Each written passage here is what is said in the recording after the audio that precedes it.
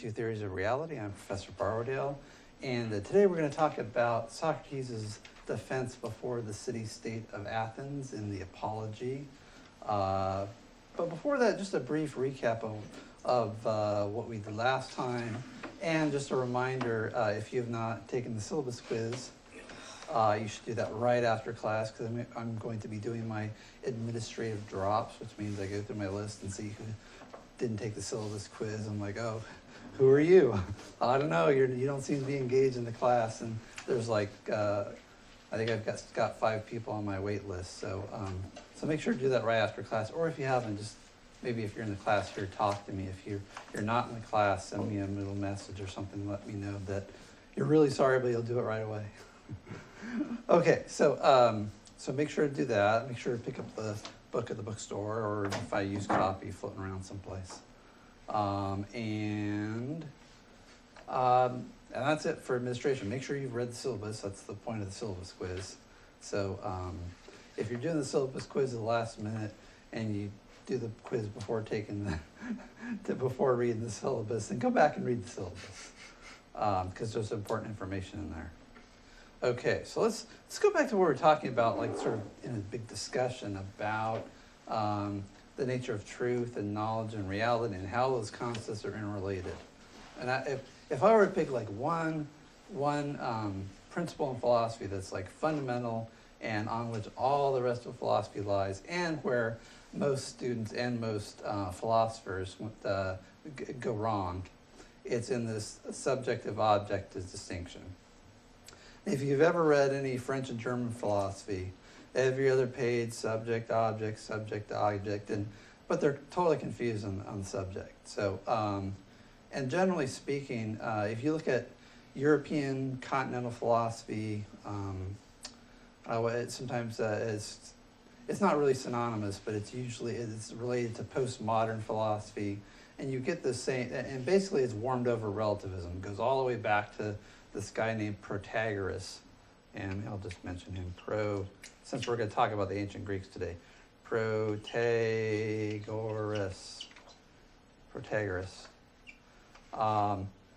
and relativism.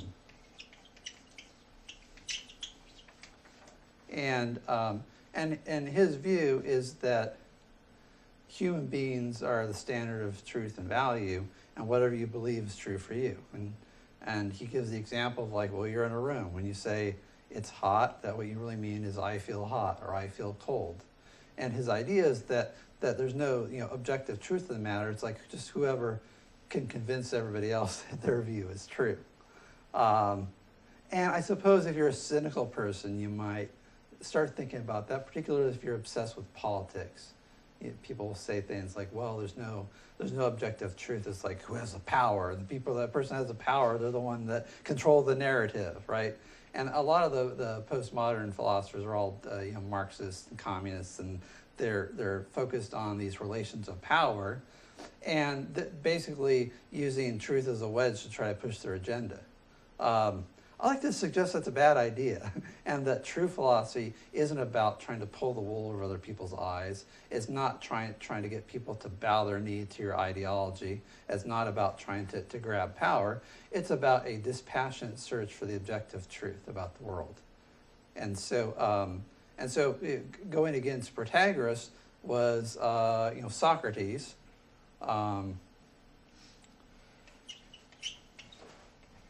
And through his, Socrates, and through his teacher Plato. This board, if I had like a really big board, I like it to show in the thumbnails. Maybe I'll try this. I'll just Socrates, Plato. This is kind of a preview of the Apology. And I have this in the introduction, the notes on the Apology, which is Socrates' defense before the city-state of Athens. So the Greek word apologia just means to make a defense. And you could be defending an argument, and it has the legal sense of like making a defense before a court, which is what Socrates is doing. It's not the I'm sorry of Socrates. And if you've read the dialogue, you can see that Socrates is anything but sorry for what he's done. And in the end, practically dares the the jury to give him the death penalty. So, so it's the apology of Socrates, or the defense of Socrates, we might say, in a more kind of meaning translation of that. So philosophy really begins with Socrates and his student Plato. We don't know anything about Socrates except for through Plato and a little bit through, there was a biographer named Xenophon, and he talks more about Socrates' life, and a little less about his philosophy, although he talks about his philosophy. But most of what we know from Socrates comes through Plato. And there was a comic playwright named Aristophanes who's making fun of Socrates. So you got to be careful when you look at Aristophanes. You can sort of you can figure out like what Socrates is being satirized as being, and then try to work yourself back. And actually, it seems like a big reason why Socrates is in hot water is because of Aristophanes. And that you have this sort of thing, I don't know if you remember, some of you are like too young to remember this, but way back in 2012, the 2012 election, was it 2012? No, actually 2008. What was a long time ago? So in 2008, there was an election with John McCain, his running mate, Sarah Palin, governor of Alaska. And there was Tina Fey did a famous parody of her on Saturday Night Live where she said, "I can see Russia from my house." And so to this day, there are people, including some of my colleagues, who swear that Sarah Palin said, "I can see Russia from my house," when it was really Tina Fey playing Sarah Palin. And a lot of people's ideas of who Sarah Palin is comes from this comic parody from Saturday Night Live, because sad fact that a lot of people get their news and political information from Saturday Night Live and The Daily Show and Colbert, and that's the only input they get. So in the same way, in ancient Greece, people liked going to plays, and they had these big festivals where they'd have like play competitions, and they'd have comedies, and they'd have dramas or tragedies, and people would vote on who has the best comedy. And one of the things they were allowed to do, which in the rest of the year they weren't allowed to do, which is to make fun of political figures and make fun of famous people, including Socrates. And so based on this sort of part of Socrates' bad reputation seems to have come from this comedy of Aristophanes called The Clouds. Anyway, so the long and short of this is we don't know a lot about Socrates' philosophy except secondhand. He didn't write anything down at all. He thought about philosophy as being sort of an active thing, an active, alive practice that you do with a bunch of friends.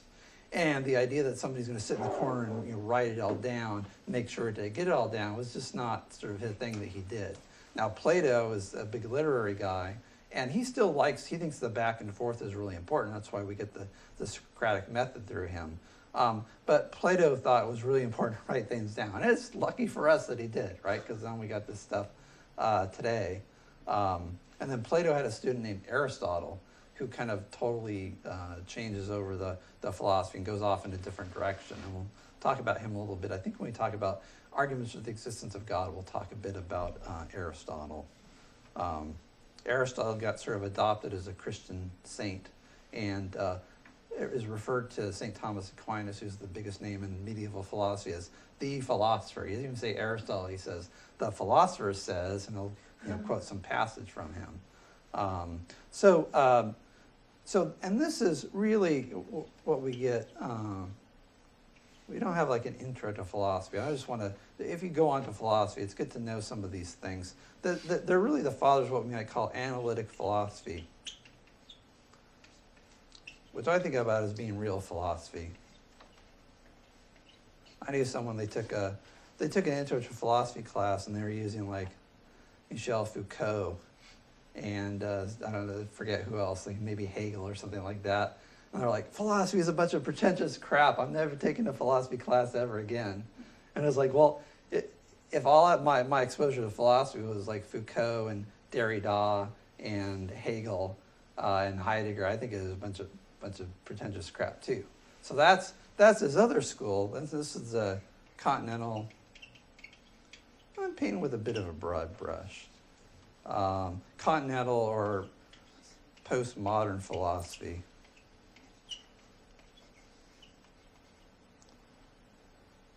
And these are the two general schools of philosophy. So people tend to gravitate towards one or the other. There's this guy named Richard Rorty that wants to have his cake and eat it too, and tries to combine the two. And people from both camps hate his guts. If you're the moderate in the middle of the road, or they're typically universally hated, and their dream of bringing together disparate views is never achieved. So anyway, these are the two basic schools, and we're going to really focus on the analytic school. We'll look a little bit into existentialism.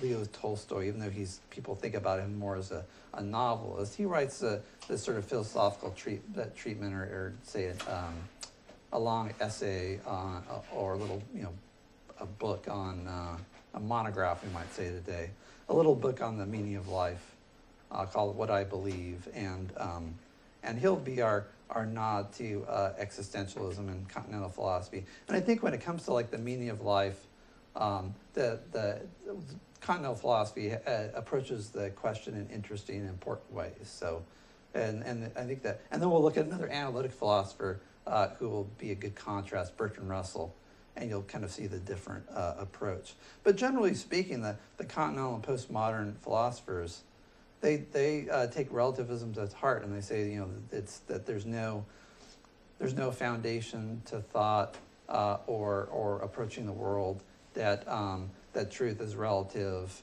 that truth is either relative to the individual or to the culture, or sometimes they don't distinguish between the two, and contradictions are the hobgoblins of small minds, so who cares anyway?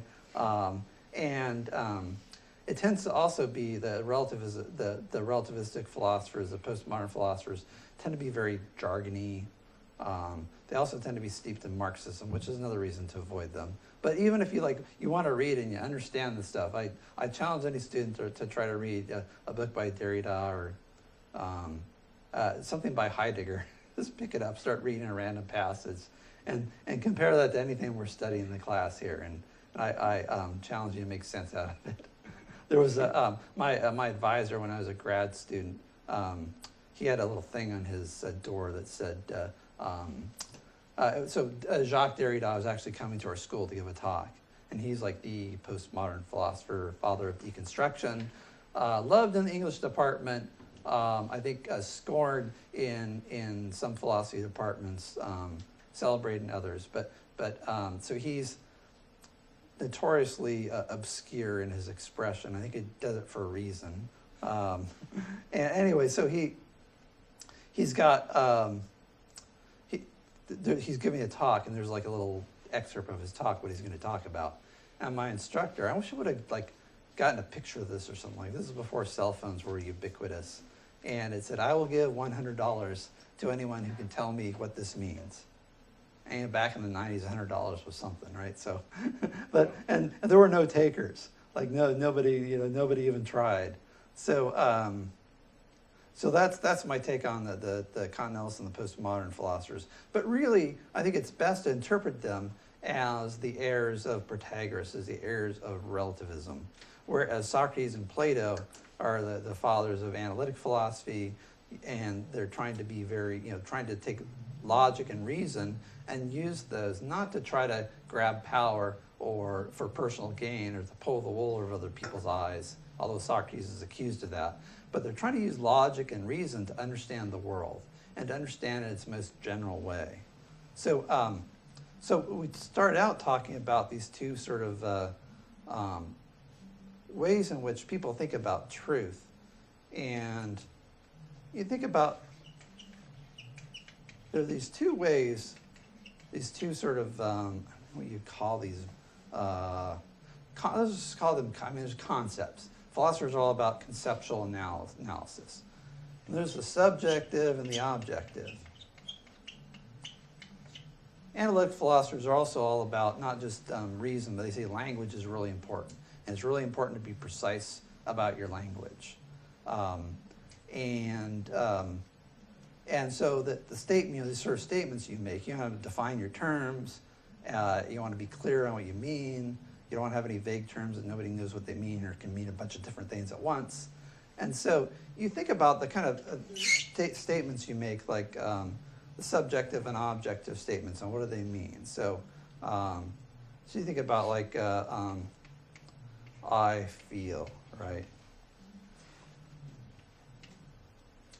So you think about, you can have feelings like talking last time in this room here, you could feel hot, you could feel cold. And sometimes you'll make a statement like, it's hot in here, right? And so that's like an objective world statement. But what does that really mean, right? Really, you're saying, well, it feels hot in here to me, because there might be somebody next to you who's like wearing a big coat. It's not hot to them, right? That doesn't mean truth is relative. It just means that you're using this sort of objective world statement and talking about the temperature in a kind of subjective way. So you might say, I feel versus, it is the case that, right? So the same thing with I believe. Right, so you could believe something. That doesn't mean that that's the way it is in the actual world. So, so you could say, I believe that, whatever. That's different from, it is true that. Right, subjective and object. Now, what is a belief? An opinion? What's that? An opinion? Yeah, it's an opinion. So is it, now here's a question. Is your belief, what's your belief or opinion about? Is it about you or is it about the world? Like if you say, I believe, It's about you. you think it's about you. Anybody else think it's about the world? Like what would be now it could be about you. Like if I have a belief about, I don't know, my beard or something, right? How it feels not to have a beard. Like that would be a belief about me. But most of my beliefs aren't just, I'm not a narcissist, right? Most of my beliefs about, it seems for me anyway, about the external world.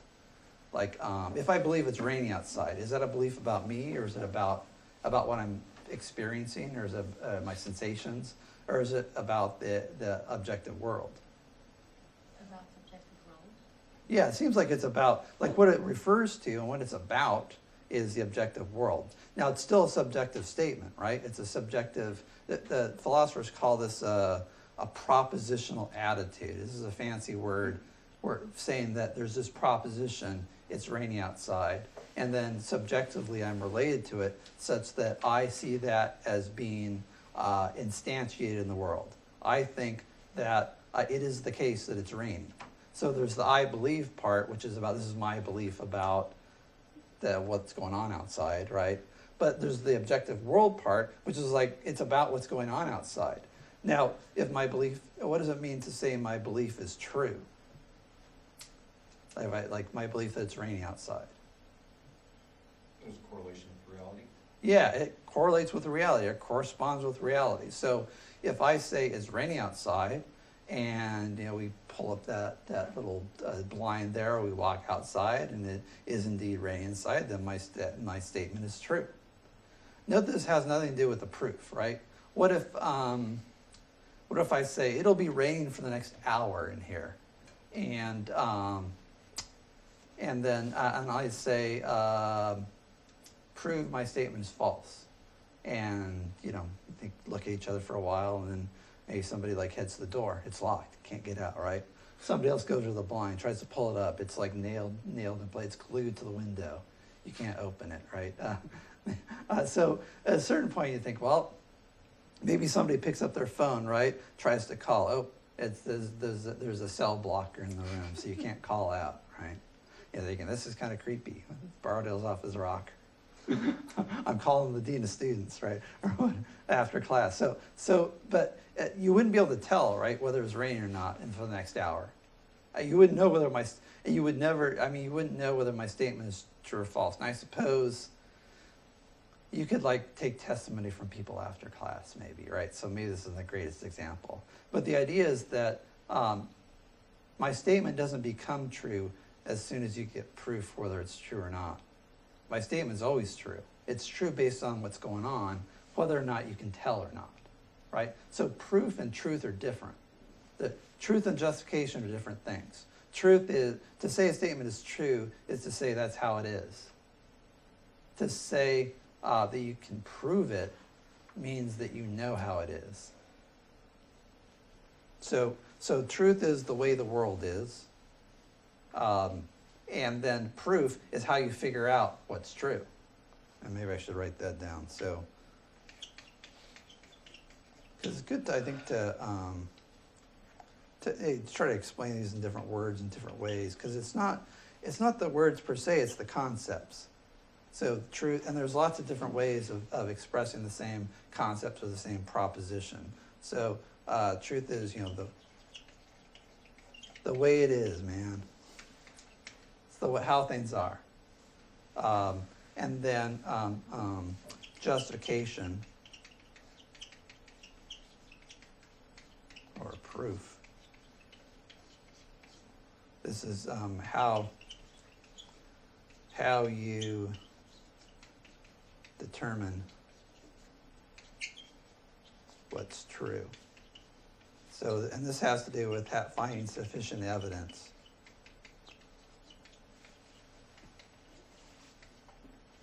Or maybe, reasons.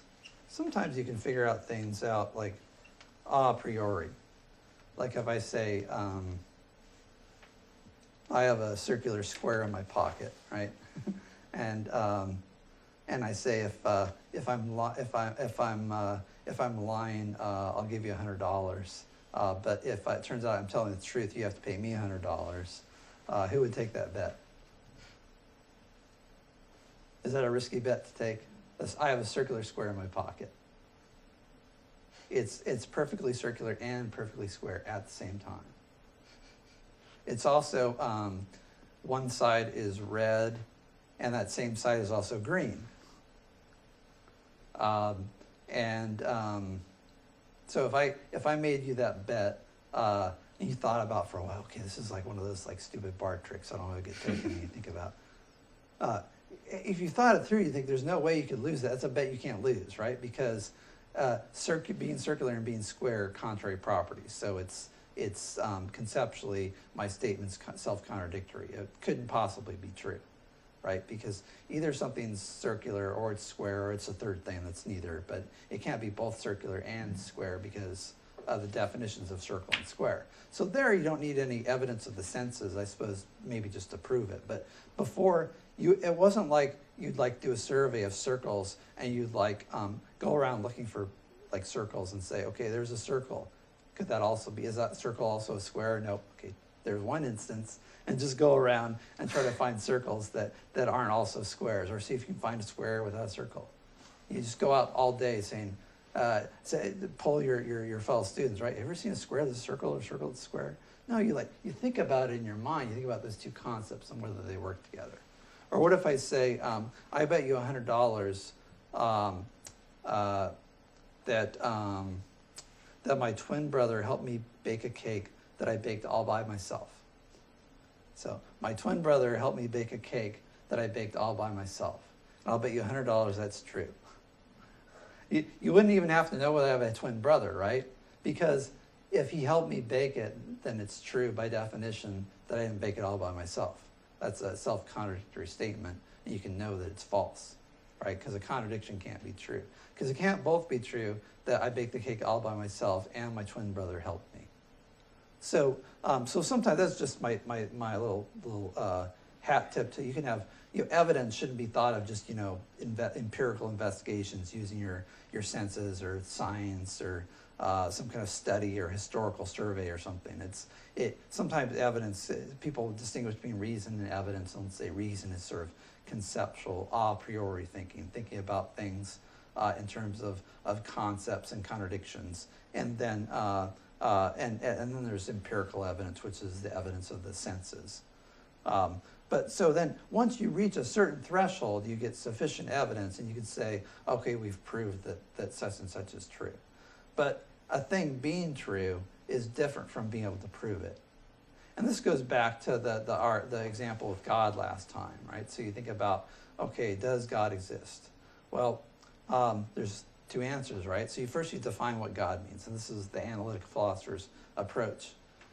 what does the word God mean? Well, unless you have a definition, you can't discuss whether or not such a being exists. So then you come up with a definition, maybe that'll satisfy both parties. Okay, what is the concept of God? Well, it's the immaterial being who's all powerful and all knowing, and the creator of the universe, and the ground of morality, and maybe add a bunch of properties that maybe if there was a God, he would have to have.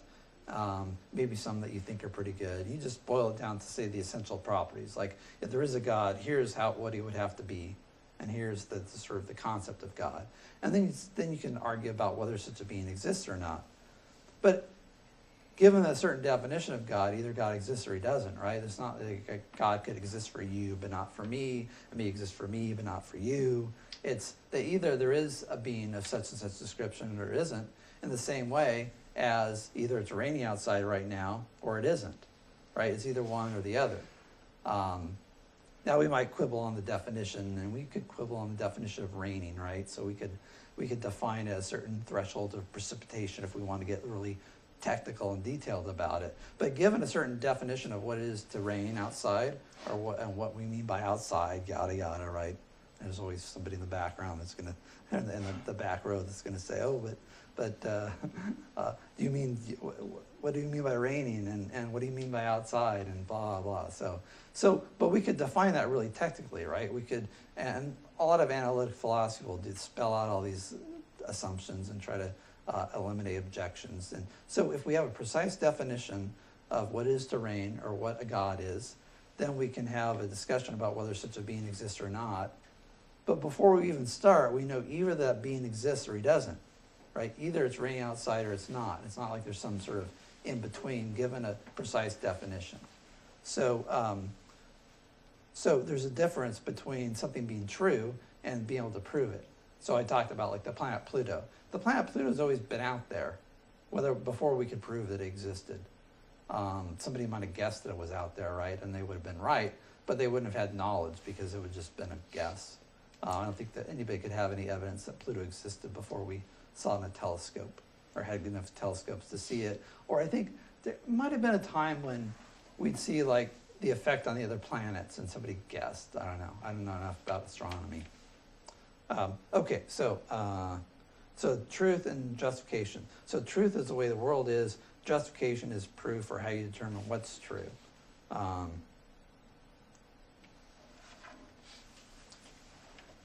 And so, let's see. Any comments, questions? Am I giving relativism the short shrift here? I'll say some kind of philosophers I like. I like Nietzsche, and Nietzsche sort of Nietzsche's notoriously hard to define. There's this great book called Truth and Value in Nietzsche, which sort of makes him into a non-relativist philosopher.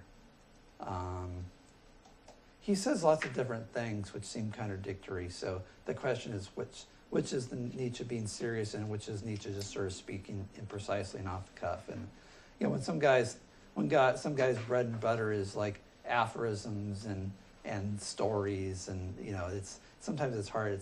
It's like trying to interpret the parts of the Bible, right? It's hard to figure out what's going on and what the considered view is. Sometimes people change their minds about things too. You look at philosophers and they say one thing when they're starting out, and then they say some other stuff when they're at the end of their career. And the question is, you know, did they change their mind, or did we misinterpret them when we looked at the early stuff? That's all part of history of philosophy. Does this seem controversial? Like the idea there's an objective world, that there's a difference between feeling something and something actually being part of reality. Maybe I'll just put reality. Reality is such that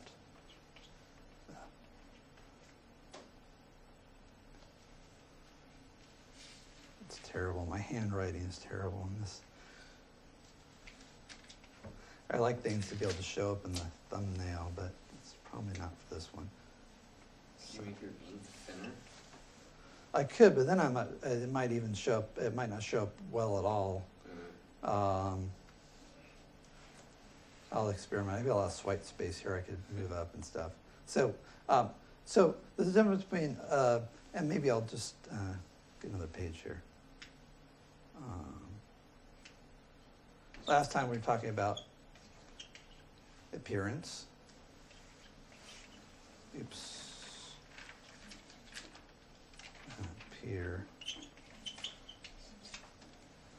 Appearance and reality.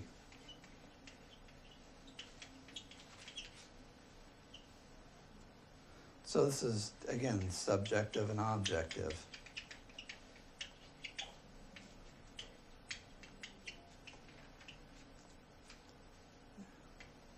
Let's try this one more time.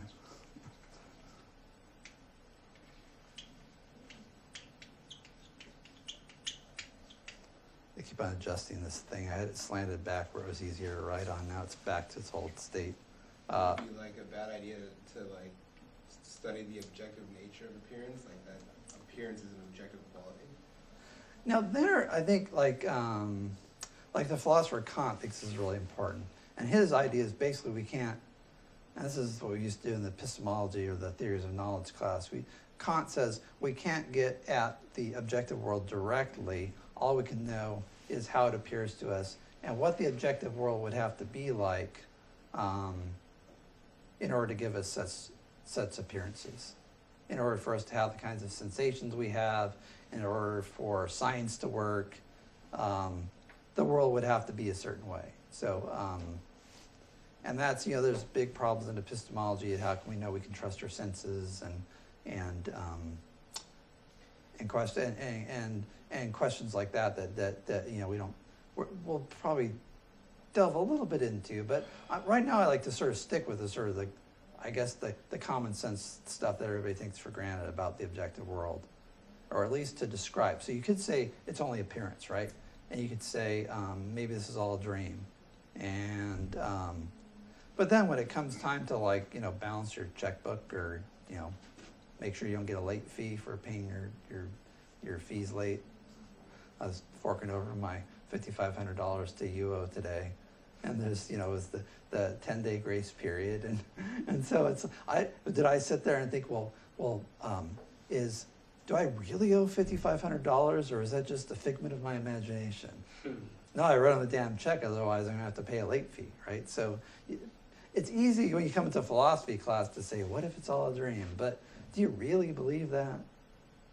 Something to think about anyway. For the purpose of this class, I think we're going to assume an objective world and the subjective-objective distinction, because that's really what philosophy is all about. Yeah. Well, I mean, this kind of makes me think of this one TED talk I watched, and it was a description about how the mind technically hallucinates the reality, but we all hallucinate close to the same thing, so we don't call it a hallucination. Yeah, and that's really close to Kant's view. Yeah. And you can look at people like going all the way back to Galileo, who talked about things like color and sensations, and how that's not the way the world really is. It's and Locke built on this idea that things don't really have a color. That's sort of the way we perceive them, but there's some property in the object itself which produces color sensations in us. And so there are these little puzzles here and there. Protagoras says you take a stick and you stick in the water and it looks bent, and you pull it out, it's not bent. And he's like, see, it's all relative. You can't trust your senses, right? So that's the sort of relativist thing. And I think somebody like Plato says, look, it's just you have different sensations, and there's it's a hallucination or an illusion. Let's say an illusion caused by, and I don't know if the ancient Greeks knew quite what caused the bent stick thing, but it's caused by the angle of refraction in the light, right, is different in the water than in the air. And you can actually tell with your sensations too. If you feel the stick down there, you just feel it straight, even though it looks bent. It's an illusion. So the objective world approach allows us to figure out why it is that people have different sensations and why different sensations conflict with one another. Like you think about I don't know, suppose you're walking down a path, you're taking a walk in nature, and you see a squirrel in the tree, and your friend says, "Oh, that's just like a knot. It just looks like a squirrel," and you say, "Well, let's go look and find out, which it is," right? You wouldn't say, "Oh, maybe to you it's a squirrel, but to me it's to me it's a squirrel, but to you it's a knot of wood." You'd say, "Well, let's figure out what actually is the case," right? And suppose like I don't know, like a cougar comes out of the brush and scares you both away. You never get to see what was on the tree. You can't find the tree again, right? There was still some fact of the matter, right? Even if you never got close enough to see which it was and to get some proof either way, it's either the case that it was a squirrel or it's a knot in the tree, right? It's not like it's relative. There's two realities, your reality and his reality. And so the ancient Greeks were really interested in piercing the veil of reality to get to piercing the veil of appearance to get to reality. And that's essentially what philosophy is about. So I have a definition in the syllabus, which is philosophy as an attempt to understand the truth about the world through the use of reason. And it's a systematic attempt to come to a systematic understanding of the world through the use of reason. So subjectivity is more like a subcategory of objective nature versus an opposite of So- objective nature? So I mean, and this is where like might seem kind of muddy, right? So you don't want to confuse the subjective world with the object world. So there's certain things that are true about like the content of your consciousness right now. So it's true that you're having certain visual sensations. It's true that you're having certain auditory sensations.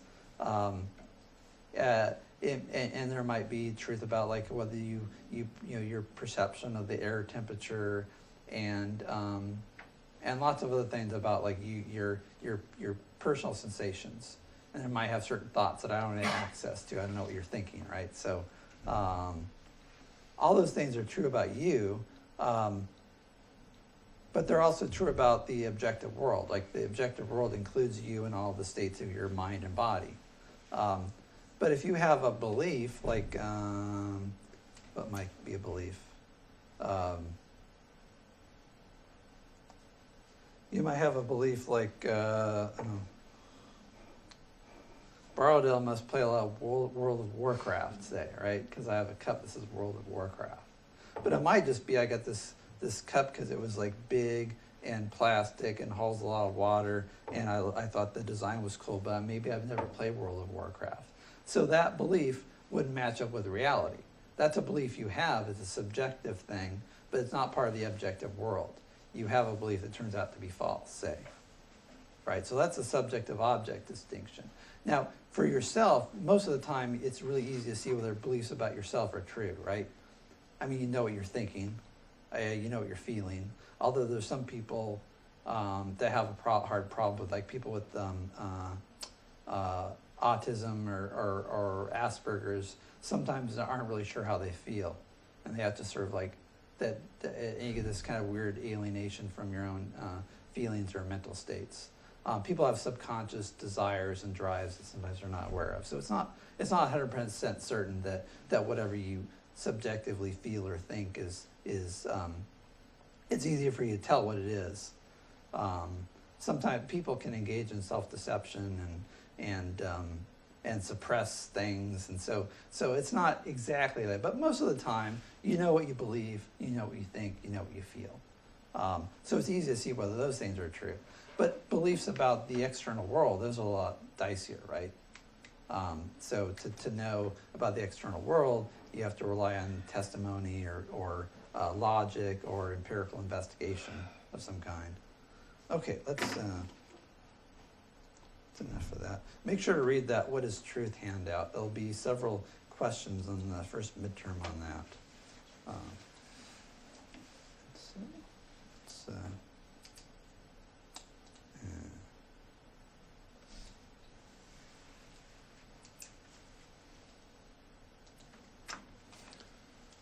Talk a little bit about the history of philosophy.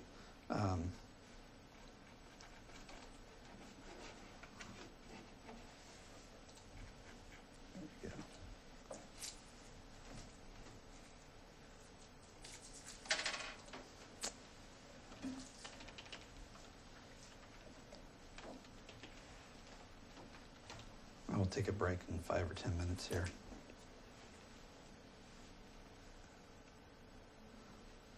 Okay. And actually, that's not even what I wanted. Oh, I think I actually have this in the, I think I stuck the PowerPoint in the weekly outline out. Hope it's not just a PDF. Print friendly. Oh, here we go.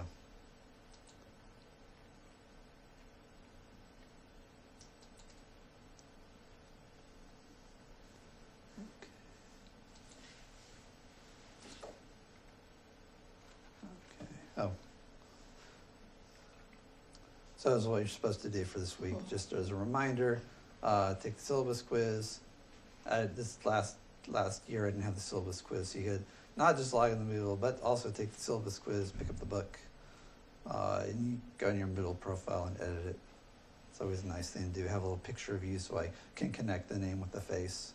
Read the handout, What is Truth, in week 1, and then chapter 1 for this week. And we'll be doing chapter 2 next week. Okay, well, here we go.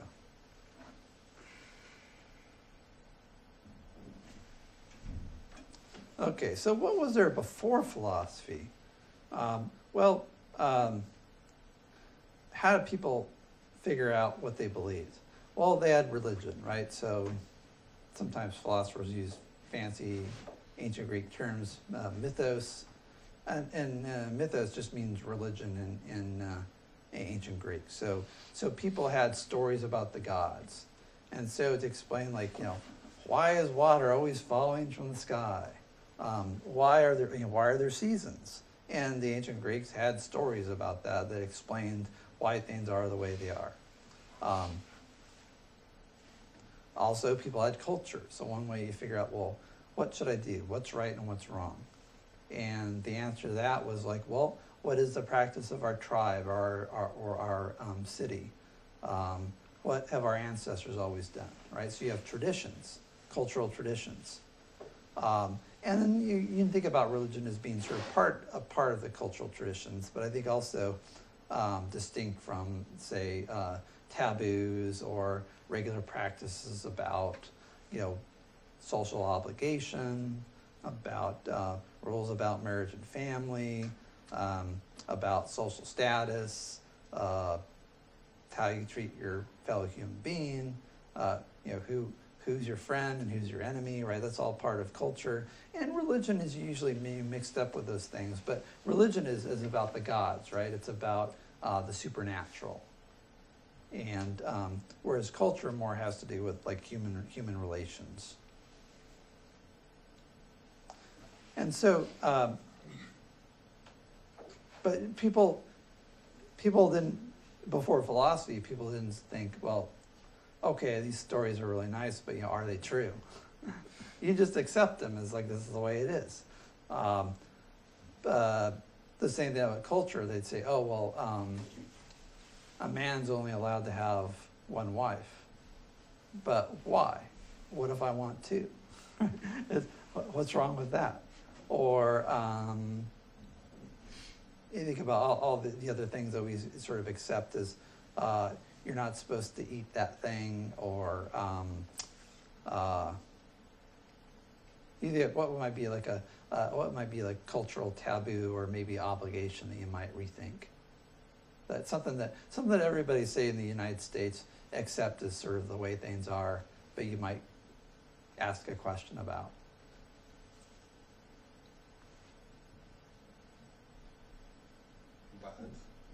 Violence, like why?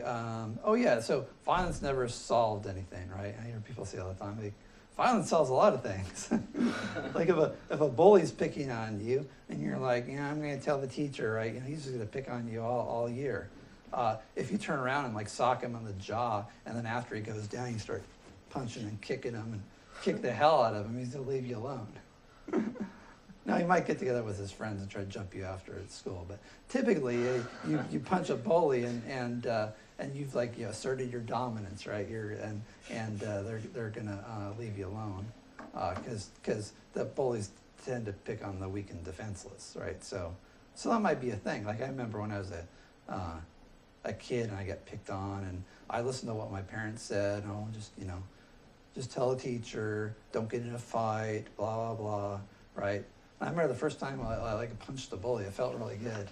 And he never bothered me again. I'm like, wow. And that was like a bit of independent thought. I'm like, okay, this is what my teachers are telling me.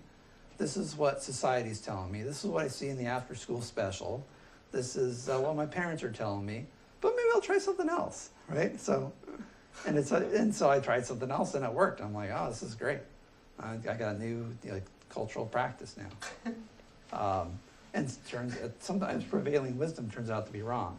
So the natural philosophers, the pre-Socratics, said, look, we got these stories about the gods, and they're, I like the festivals as much as the next guy, and my parents, read me these stories when I was a kid, and it's part of our culture, but is it really true? Especially you get an intelligentsia, and you get people, who are able to sit around and think about things. They're not, so you have people doing regular jobs, like making pots and, growing crops and doing all the things you need. But you get a city that's got a surplus, and then you get a group of intellectuals that sort of they've got a bunch of stores built up, and you have a society, and you get a bunch of slaves to do the menial work, right? And so at a certain point, you get intellectuals. And that's when it starts all going downhill. No. So you get the intellectuals that get around and think about things and think, well, okay, for a modern, sophisticated person with a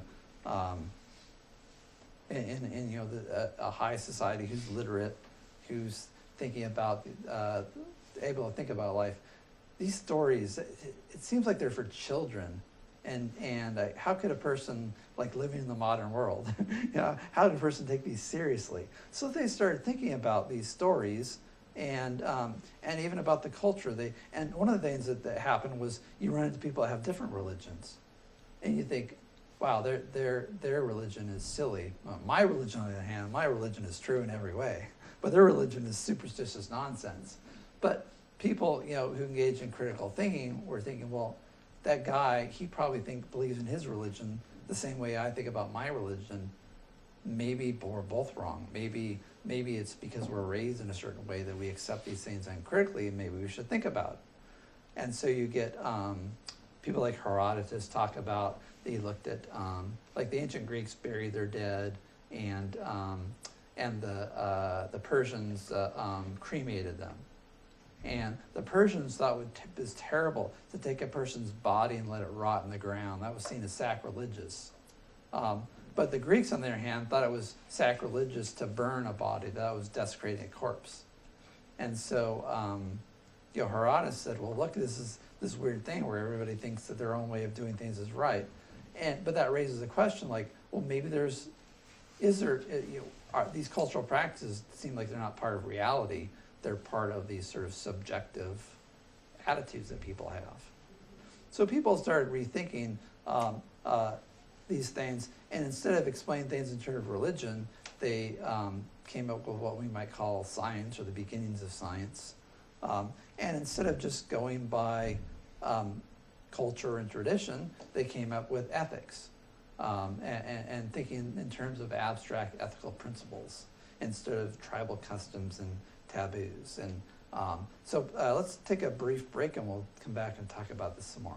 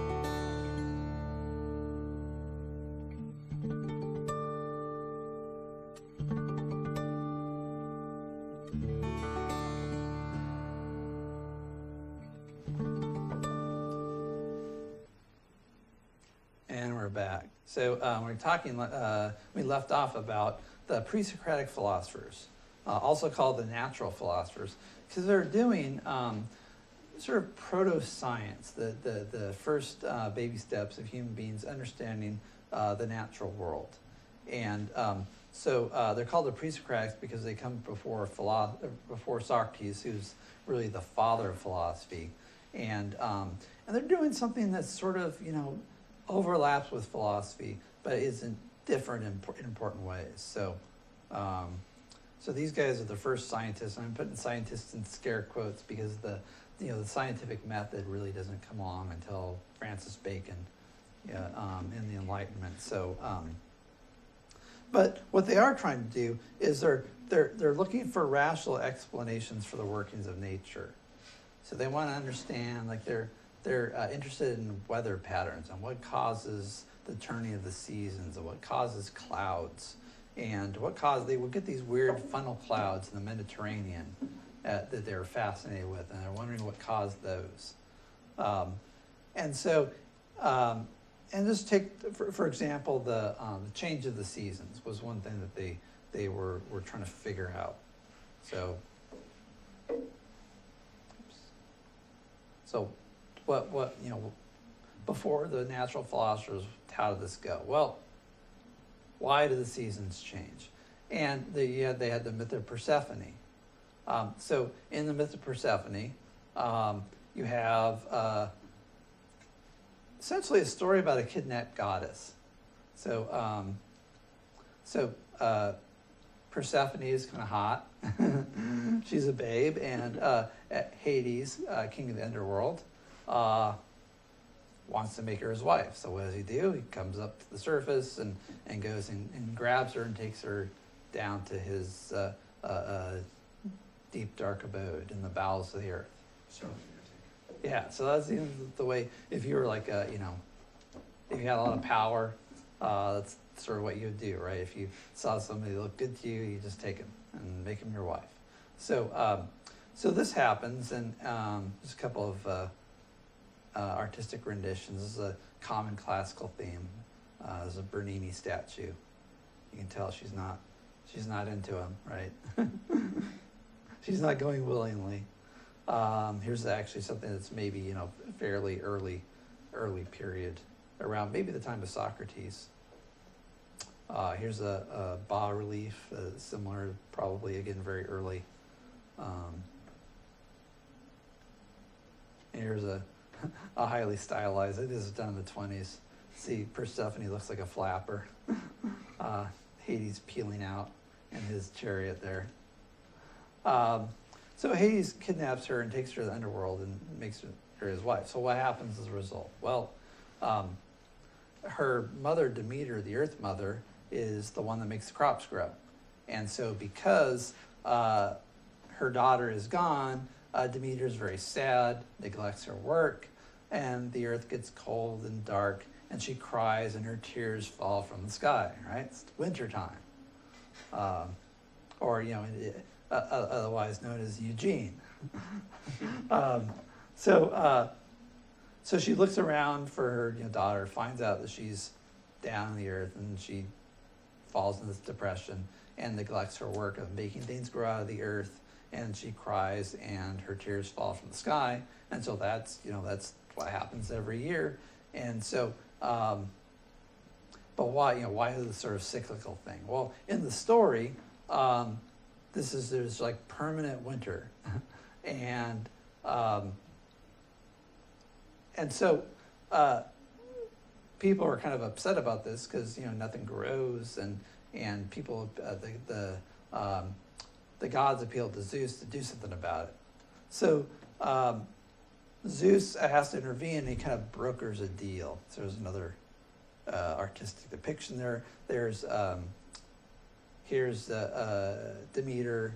She's all sad, and not sure what. It's been a while since I grabbed this image. I'm trying to remember what's going on here. I think this might be like Hermes or something coming to deliver a message. Anyway, Zeus brokers a deal, and his deal is basically that she's going to spend part of the year with her mother and part of the year with her new husband.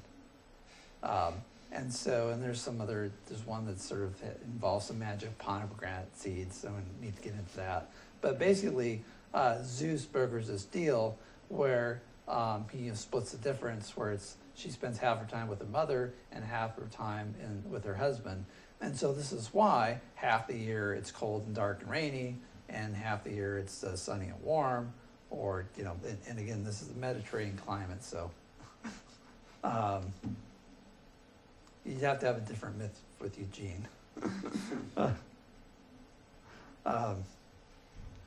So Anaximander came along and said, well, this is a nice story to tell your kids when you're putting them to bed, but that's not how it really is. And so he's interested in a rational explanation in terms of naturalistic forces, not just these fanciful stories about the gods.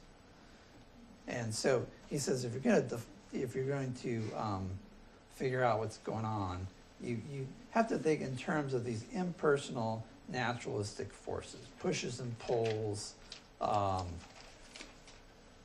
And so he came up with this idea of these forces, the cold and wet forces versus the hot and dry forces, seeking equilibrium. And you think about this as kind of like a pretty sophisticated way of looking at things. So he says, look, you have these two forces, the cold and the wet force on the one hand, and the hot and dry force, and they're always vying for supremacy. And he uses these metaphors. He talks about them being at war with each other. And then, the hot and dry force gets the upper hand, and then the cold and wet force says, this is injustice, and then they double down their efforts and fight, and then they predominate. And this idea is a sort of seesaw effect where one predominates, the other one gets stronger and pushes back to an equilibrium, and then it goes back the other way. And it's kind of like steering down an icy mountain road, right? You skid one way, you steer to correct, you overcorrect, you go the other way, and you just sort of seesaw down the mountain slope and hope not to go over the edge and die. In the same way, there's this idea of equilibrium, that nature seeks a balance, and that these two forces are continually vying for supremacy, metaphorically, and Anaximander thinks literally you have these twin cosmic forces seeking an equilibrium. There's no warring gods. There's no kidnapping. That's all. There's no magic pomegranate seeds. It's just these impersonal forces. And today, the weather guy, what does he talk about? The cold front and the warm front, and we have this bank of hot air coming in from the east, right? So, Too off. yeah. So it seems like it's in the right direction, thinking about pressure zones and currents of air and so on. This is sort of the terms that he's thinking of. So he's not. So it turns out he's not factually correct, right? But did anybody know what the real story is about the change in the seasons? Yeah, so you have the Earth, it's tilted at 23.5 degrees, and it spins on its axis, and as it goes sort of, if you think it's tilted like this, right, and as it goes around the Earth, it's different parts of the Earth are faced towards the sun, right? So here's the sun, and the Earth's kind of spinning like a top, but as it goes around, like different parts of the Earth face the sun at different angles. And so you get more sun and less sun different times of the year. And that's why like a really good time to go down to Chile is like February, right? I was down there in February. It was gorgeous. It was summertime. I actually came back with a sunburn. Mm-hmm. And this is why Tim Minchin has a song about Christmas called White Wine in the Sun, right? About white wine. He's talking about sitting on the balcony drinking white wine with his relatives in the middle of December. But he lives in Australia. That's where he was raised anyway. I think he's a Brit now, but maybe he's still an Aussie. I don't know. But he was raised in Australia, and so in Australia, December is really nice. That's a good time to take a trip there. Not so much like the East Coast of the United States. All right, so he was wrong, but the idea, it's the right kind of explanation, right? He's kind of on the right track. And once you start thinking about physical forces and pushes and pulls and sophisticated concepts like equilibrium and balance, you're on the road to having actual science. And particularly when you're not, dealing with like stories passed down from generation to generation about conflicts between, the personifications of these forces of nature, which don't really inform you. So it's the right kind of explanation. This is the beginnings of science. So the ancient Greeks and then the Romans, and then we had like 1,000 years where basically not a lot happened. The Roman Empire fell apart and came back together, and you get back to, and basically the Renaissance was rediscovery of these classical Greek thinkers, and a lot of it was their work in science. All right. Anaximander also had a beginning theory of evolution. So so one of the things he did is he looked at human beings as compared with other animals, and noticed that human beings have like this long gestation period of 9 months, and then when babies are born, they're defenseless, and they have to be weaned and taken care of, and have to learn to crawl, and it takes a while to walk. And he looked at fish and saw that fish, once they start hatch, they just start swimming around and eating things, and they're like ready to go.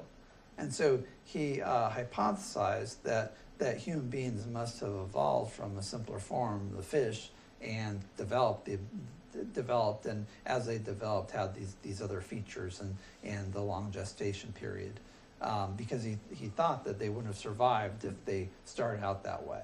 So it seems one of the reasons. Another reason might be to notice that water is necessary for life, so maybe that was why. So there's a lot of speculation about why he thought that human beings evolved from fish. And it looks like, that modern evolution says that life came from the sea, from the prebiotic soup. And so that's, again, not exactly on the money, but it's better than, the sort of, I suppose it's a scientific explanation as opposed to, the gods created man in their own image or something like that. Or the ancient Greeks' creation stories. So even early on, this idea that life began simpler and became more complex, that the idea of an evolutionary adaptation is back there in Anaximander. Democritus came up with the concept of the atom, which means an unsplittable particle. So this is the idea of a fundamental particle. And it turns out the atom could be split after all, right? So, but he had this idea of fundamental particles which behaved in different ways and made up composites of things that we observe. And so the idea of an atom is something that's invisible to the naked eye. It's so small you can't see it. And groups and collections of atoms together make up the sort of macro properties that we observe in the world. Again, pretty sophisticated idea. What year was that? This is like in the 500s BC, around there. So Wow. I think I was on top. 500s, maybe 400s BC, big 400s BC. But yeah, so classical Greece. Also, Democritus was a materialist. So he says if there are such things as gods, they're made of atoms too. Right. So again, more scientists, even though not all scientists are atheists, scientists use materialism as sort of a working hypothesis. So today's scientists don't think in terms of spiritual forces, and they're so methodologically they're materialists, even if they might have some like personal spiritual beliefs. Those don't come into their scientific work. He also had a mechanistic worldview, this idea that the world is made up of sort of pushes and pulls and levers and not guided by any divine hand, or not guided by this sort of notion of purpose, but it's all physical cause and effect, and that's again is a working hypothesis of scientists today.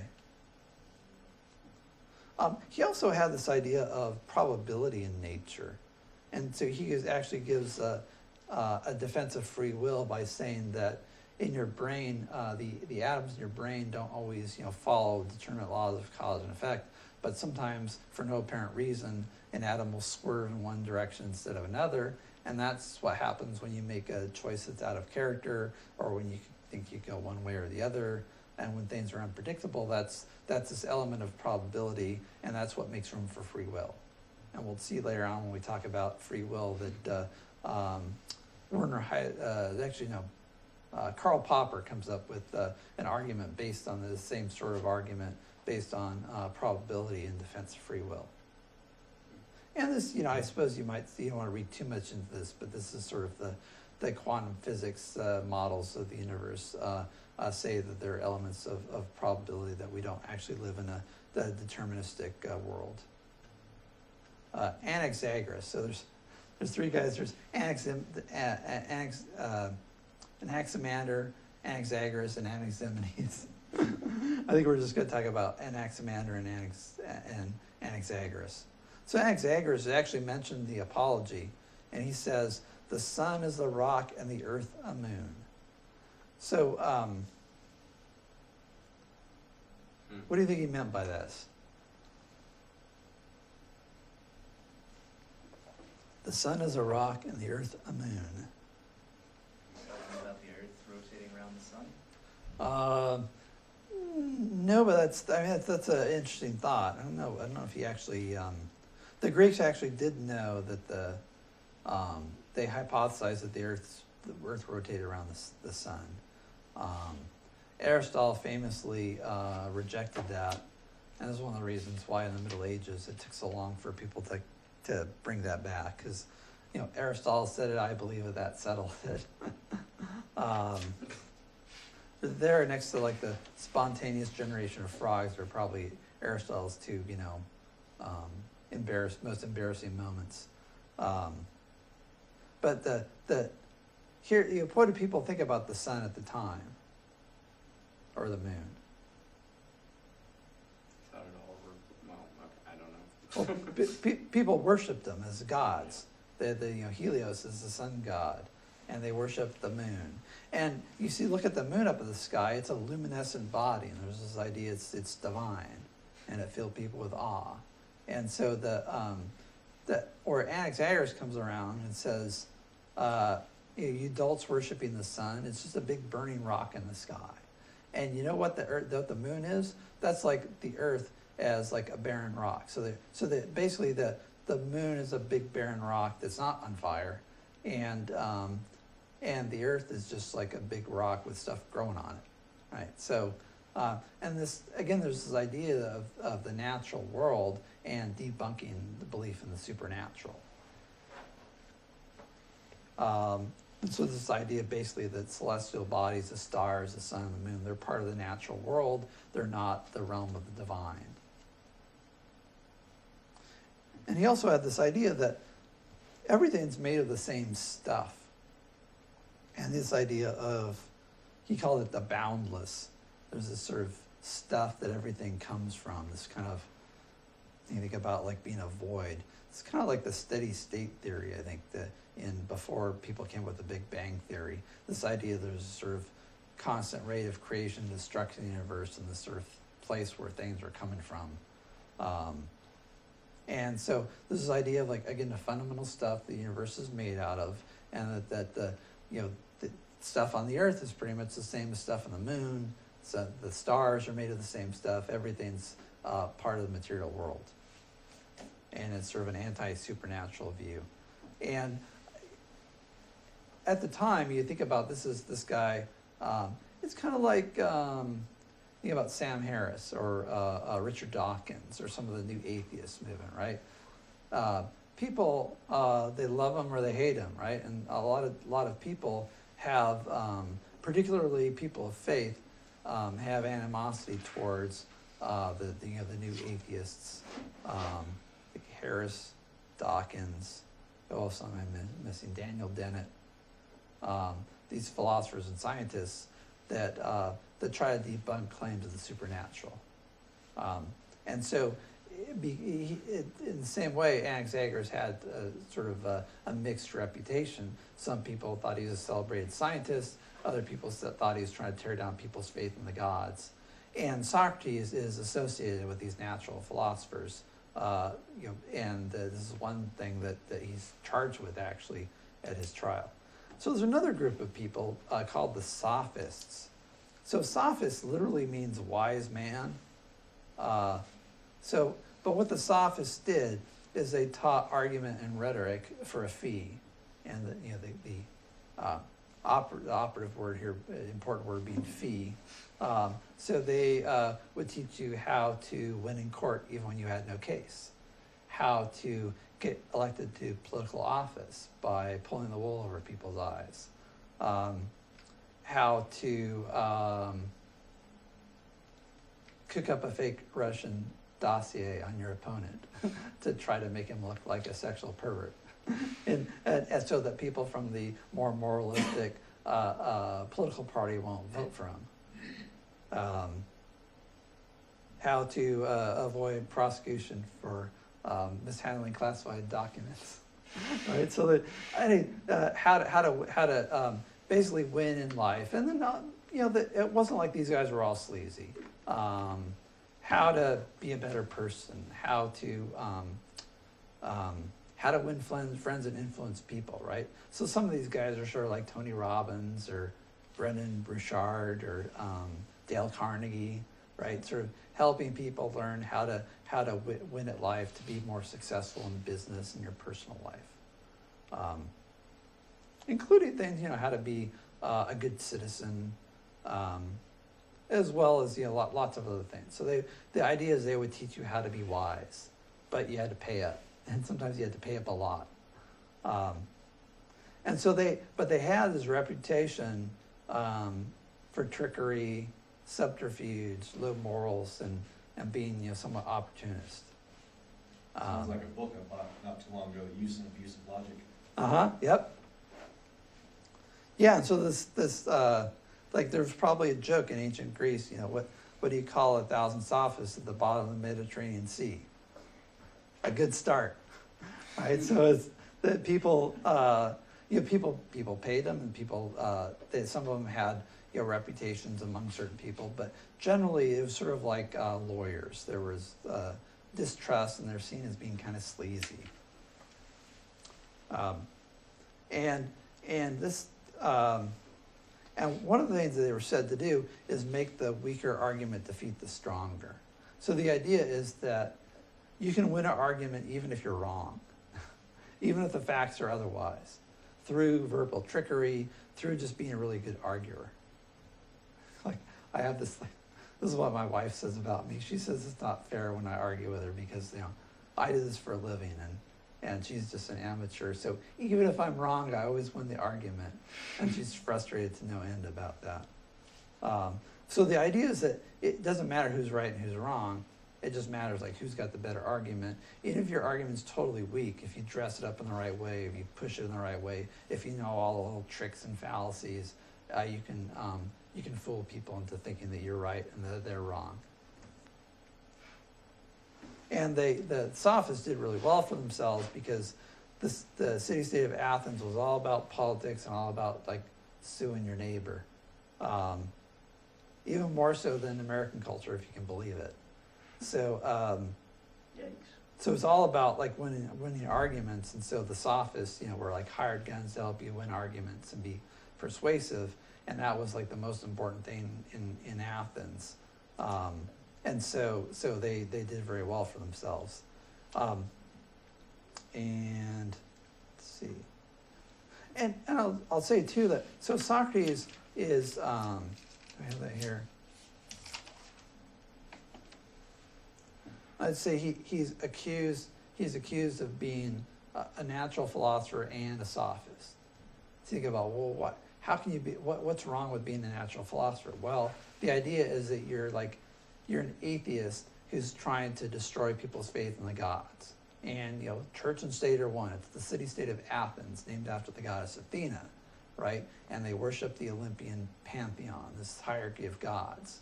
And so to not worship the Olympian gods and to try to destroy people's faith in them was seen as unpatriotic. You're basically like a subversive, you're treasonous. You attack the state's gods, you're attacking the state. And so even though a certain amount of this was tolerated, if you kind of stepped over the line, you might get in trouble. So this is one of the charges against Socrates, that he's an irreligious scientist. I think I actually have this later on. Maybe I want to get a little ahead of myself. Well, anyway, the other one is he's one of these subversive sophists. The other charge is that he's a hired gun who teaches people how to win arguments illegitimately.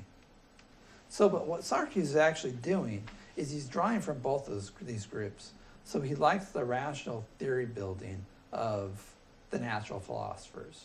He likes their approach of trying to understand the objective world, getting rid of these silly stories, trying to figure out what's real.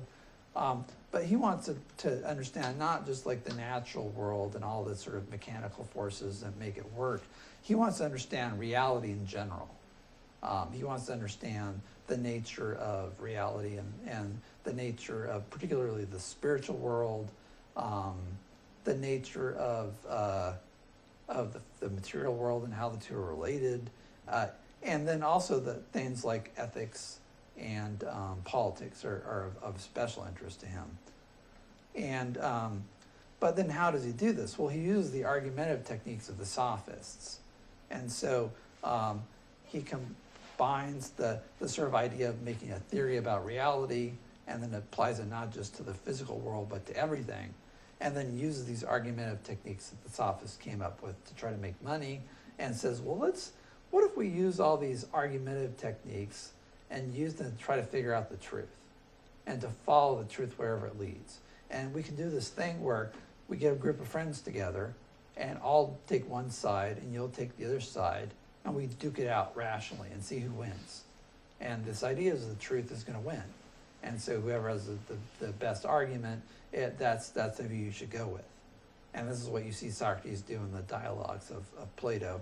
He says he basically has somebody play devil's advocate, and then they go back and forth, and Socrates typically proves his point against his interlocutor.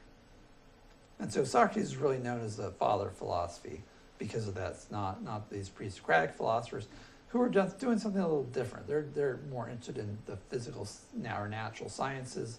The sophists are trying to make a bunch of money by tricking people, and Socrates takes both these elements, the theory building of one group and the logical methods of the other group, and combining them.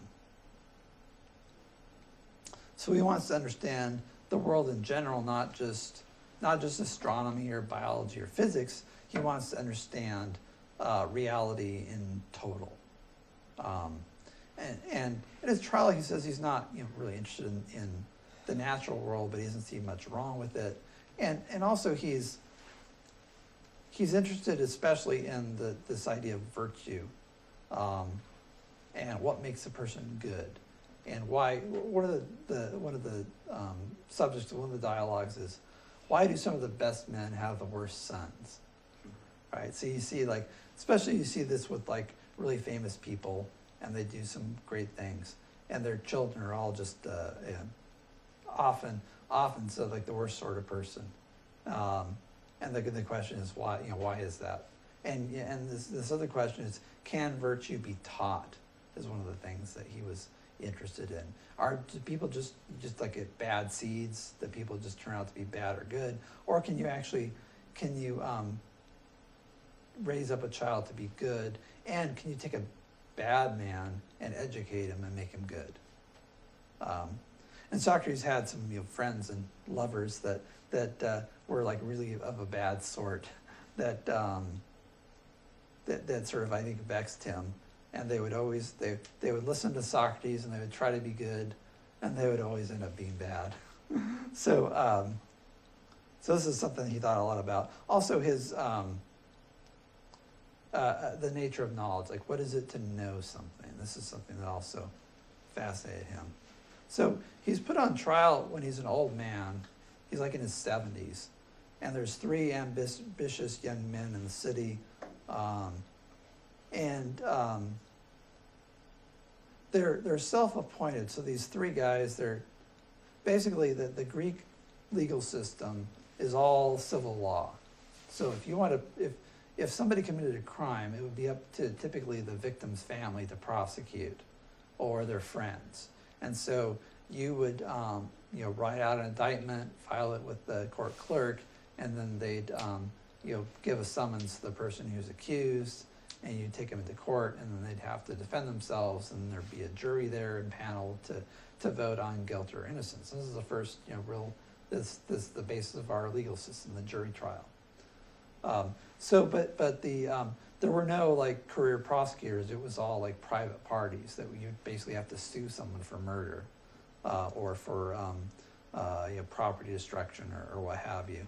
And you could sue anybody for anything, right? So there's the laws are few and they're vague, and so you could sue somebody else for practically anything and win. And often term depended on how well you presented in court and the makeup of the jury.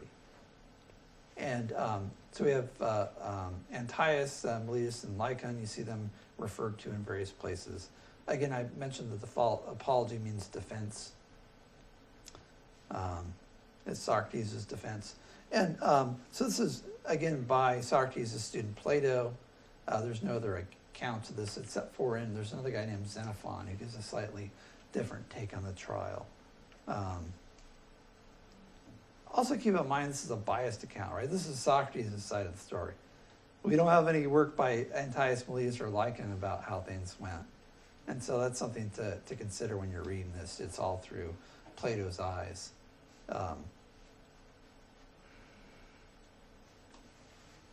So his charges against Socrates, I mentioned a couple. So one is that he's this irreligious scientist out to destroy people's faith in the gods. And the second charge is that he's one of these sophists, that he's out to pull the wool over people's eyes.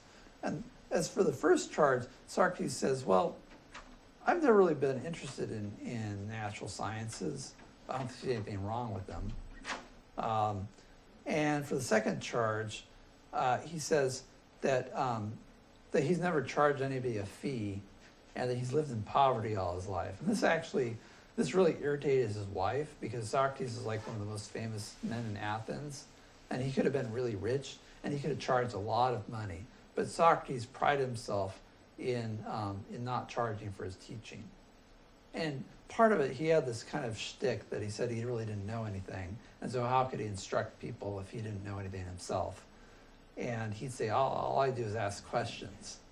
And so he lived in poverty, and his family lived in poverty all of his life. So he said, well, how can I be one of these sophists? Look, I don't have any money. I never charge anybody.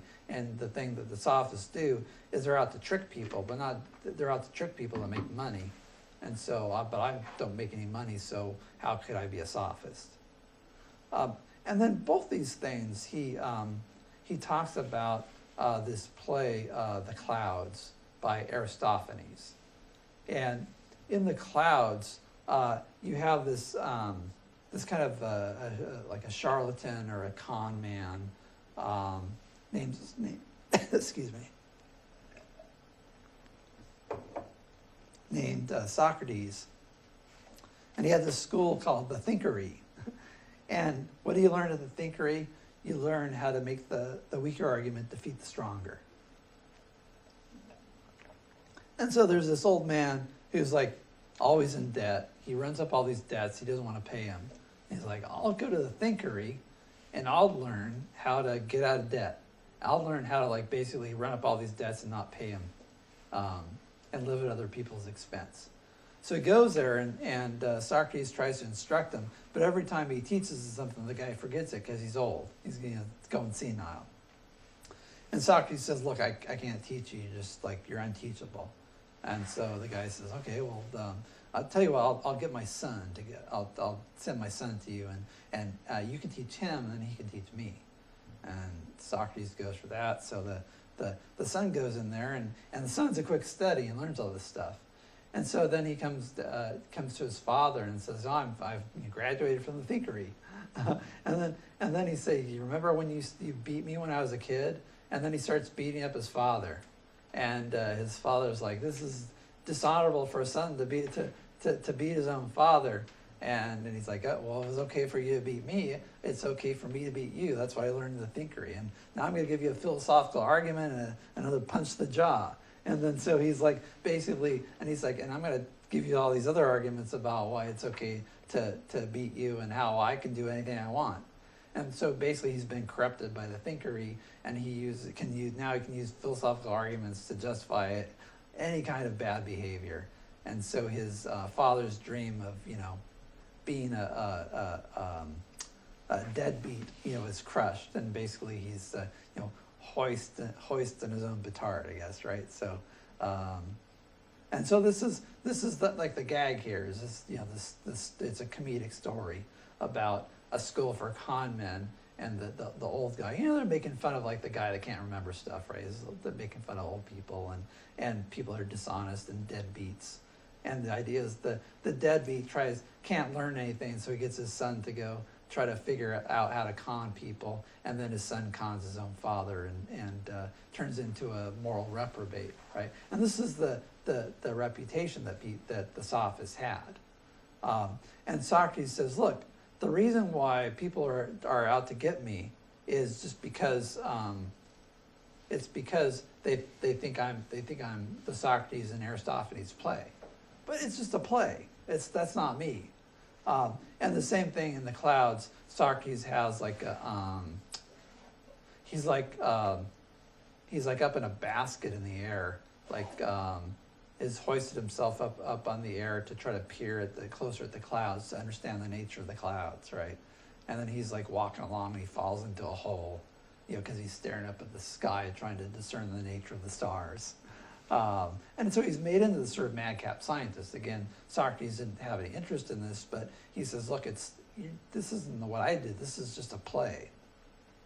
And another thing in the clouds, there's the school for con men, right? The thickery run by Socrates. And there's also that Socrates has these sort of scientific interests, and he's teaching people that there are no gods. The gods are deposed. Zeus is deposed. The only thing that exists now is the vortex. Let's all worship the vortex. And again, you couldn't go down the street and say down with the gods, or go into the marketplace where people would, sort of like a free speech area. You couldn't go in there and say down with the gods, long live the vortex. Let's all worship the vortex. You'd be hauled off. Somebody bring you to court for treason or something. But it's kind of like during these Greek festivals, people kind of let loose. They drank a lot of wine, they sang a lot of songs, they put on these silly plays. You kind of had license to say whatever you wanted, right? And so this play of Aristophanes is making fun of religion, right? So they're poking fun at the gods and philosophers, and philosophers telling you worship the vortex, which harkens back to Anaximander, who has a thing called the boundless, which is sort of this vortex out of which everything comes. And so no more gods, only the vortex. So there are the two charges seem to come right out of this caricature from Aristophanes. So the main charge, though, is this idea of corrupting youth. Again, part of this seems to come from the story in the clouds, this played by Aristophanes. But Socrates has this really kind of long-winded story about how he got this reputation for corrupting youth independently of the clouds. Anybody remember how this goes? Why does Socrates say he's got a reputation for corrupting the youth? It starts out with the Oracle of Delphi.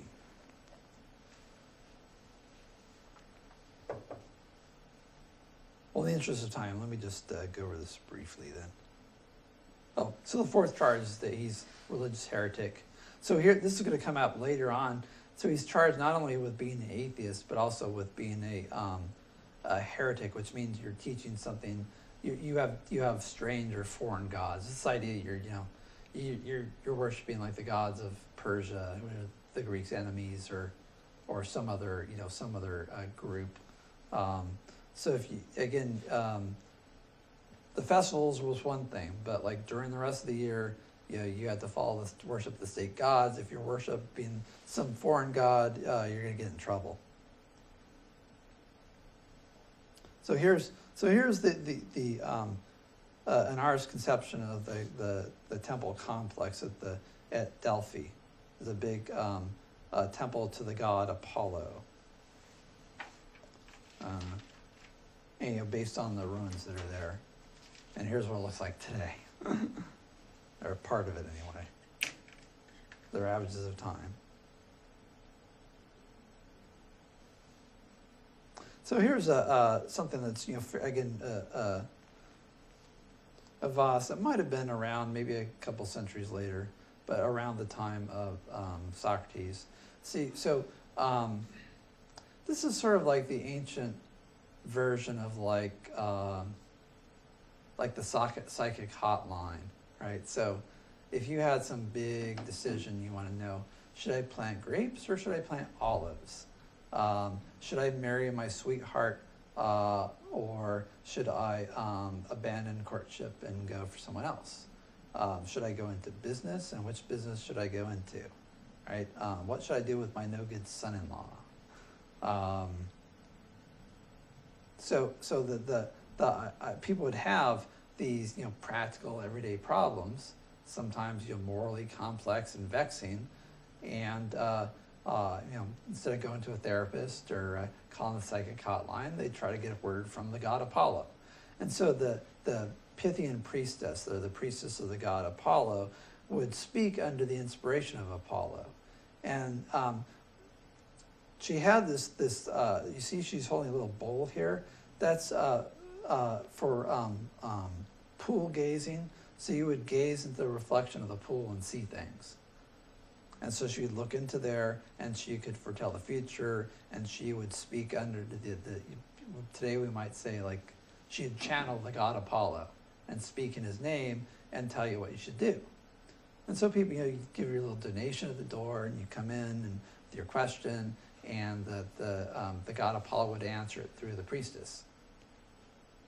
And there's also this idea that they found like natural gas seeps there, and it might be that she's, actually seeing visions based on the hallucinations from the natural gas seeps. Although, if you've ever done, you can do experiments in like mirror gazing, like in a dark room, stare into a mirror, not pitch black, but just sort of like faint illumination.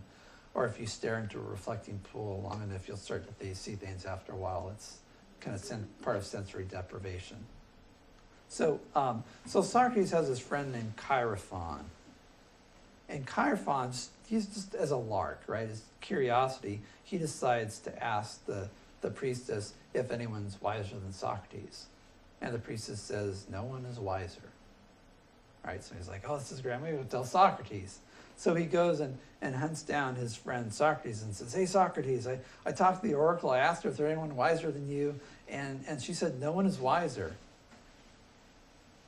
And so Socrates isn't sure what to make of this, because he thinks that, it's really hard to find out about the world, to figure out what's true, that things are often complex and confusing. It's hard to really say that you know anything. And so he goes on this quest for a wiser man. So he says, well, okay, the gods speak in dreams and riddles. And so maybe it isn't meant to be taken literally, because I can't see how it could be literally true. So maybe there's some sort of weird figurative message. So I'll just go out and try to like disconfirm the message, right? So this is I suppose a rational way of doing things, right? If I can disconfirm the message's literal truth, then I can maybe hunt for a figurative meaning, or maybe I'll get a line on how it works. So or what's going on here. So he goes around and he goes to like the tradesmen, the guys that make pots and shoes. And he said, I went to the people that make pots and shoes, and Socrates goes to them, and they could tell you everything about like how to make a pot, or how to make a shoe, and how to make a shoe last, how to make it comfortable, how to make it so you don't get calluses, right? They could, like, you see the guy with a pottery wheel, he'd tell you like how to shape the pot, how to make the right thickness, how to make it sturdy so it's going to last, right? So, but then they would also they'd start to talk about politics and ethics and religion, and then they just started spouting nonsense, right? So he would say that I know a guy who used to work in a plywood factory. He would tell me all the how you made plywood. I had no idea it was so complex. He explained in detail the story about how they make plywood, how they put the different layers together, and the machines they use. It was really interesting. I'm like, wow. But so the idea is that you go to the tradesman, they could tell you, like your mechanic or something like that, tell you all about how a car works, right? But then when they start getting into politics or talking about complex ethical or philosophical issues, they're as convinced that they know as much about that as how to make a pot or how to make a pair of shoes. And it was just ridiculous. And so Socrates says, okay, well, these guys know something, but they know something about their trade, but they don't know anything about the weightier subjects. So then he goes to the intelligentsia. He goes to the philosophers and the scholars and the priests and asks them questions. And he says, they're even worse off because these guys don't even know how to make a pair of shoes or make a pot. And their answers to these larger questions about virtue and knowledge, it's even worse than the tradesmen. They're completely worthless and useless. And so, but they have the same confidence in all their beliefs as the tradesmen. It's just that they're completely completely off base. And so Socrates finally figures out, I get it now. So why am I the wisest man? It's because I realize I don't know anything. Now all these other people, they think they know things that they don't know. I'm wise enough that I know that I don't know. And because I know that I don't know, I'm open to actually learning something. So his answer to the court is, well, why did I go around trying to find a wiser man? Well, it's because I was on a mission from the god Apollo, right, the oracle, and I was trying to figure out what the god meant, and I did this by going to very important people and ask him the questions you would get on say Hardball or the 60 Minutes, the cutting question, the questions the press corps asked President Trump, right, the sort of the go for the jugular type questions, and so he embarrassed a lot of people in public, asking him really tough questions in his quest for a wiser man.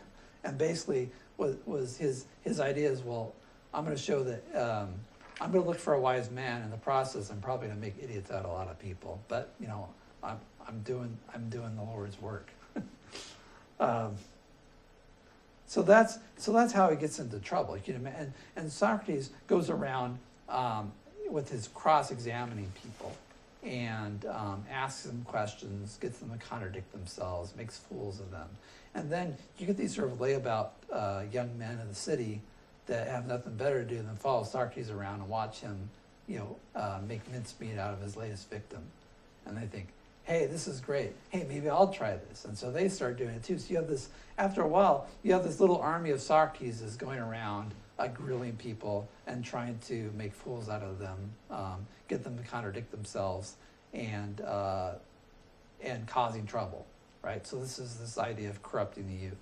And Socrates' defense is, I was looking for a wiser man, and it's not my fault if the youth saw what I was doing and thought it would be great sport to imitate me. I didn't ask them to imitate me, but they just went off and did what they saw me doing. And in ancient Greek law, you have to there's this idea of responsibility that you can't be held responsible for something that you did wrong that you didn't know was wrong, and certainly you can't be held responsible for what other people do imitating your example. So, and then this last charge is this sort of heresy charge, and Socrates doesn't answer directly, and we don't really know a lot about his positive religious views. He seemed to be skeptical about traditional religion, as many intellectuals at his time were, and basically he says, I can't be both a heretic and an atheist at the same time. The prosecution's just throwing stuff at me and trying to see if it will stick. All right, we'll talk about the conclusion of the trial of Socrates next time. Make sure to read chapter 2 for next week.